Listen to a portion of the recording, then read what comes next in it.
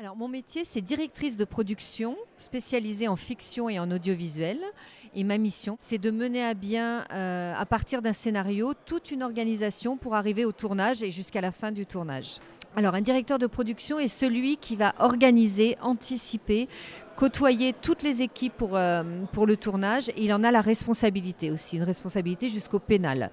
Donc, à partir d'un scénario, on va tout de suite lui demander, quand il a un producteur qui l'engage, à partir d'un scénario qu'il aura lu, il faudra qu'il en fasse une étude approfondie pour en faire un budget. Les avantages, c'est la responsabilité, si on aime avoir des responsabilités.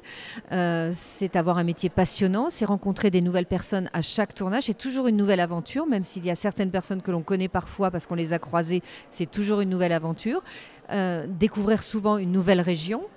L'inconvénient, c'est de ne pas être chez soi. Peut-être, mais est-ce que c'est un inconvénient? Ça dépend des personnes. Moi, je pense qu'il faut beaucoup d'expérience du terrain pour débuter en direction de production. Ce qu'il faut, c'est avoir eu un métier avant sur le terrain, comme régisseur général, assistante de production, c'est ce qui était mon cas, premier assistant du réalisateur. Et là, l'expérience fait qu'on peut prétendre à devenir directeur de production.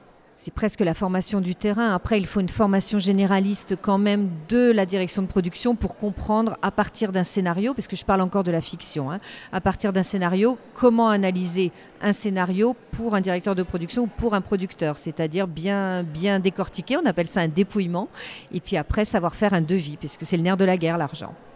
J'ai envie de dire oui, parce que quand on voit quand même toutes les séries, tous les téléfilms, que ce soit les chaînes généralistes, que ce soit les chaînes payantes, que ce soit les plateformes, normalement il y a de l'avenir dans ce métier, oui, comme tout métier de la fiction et de l'audiovisuel.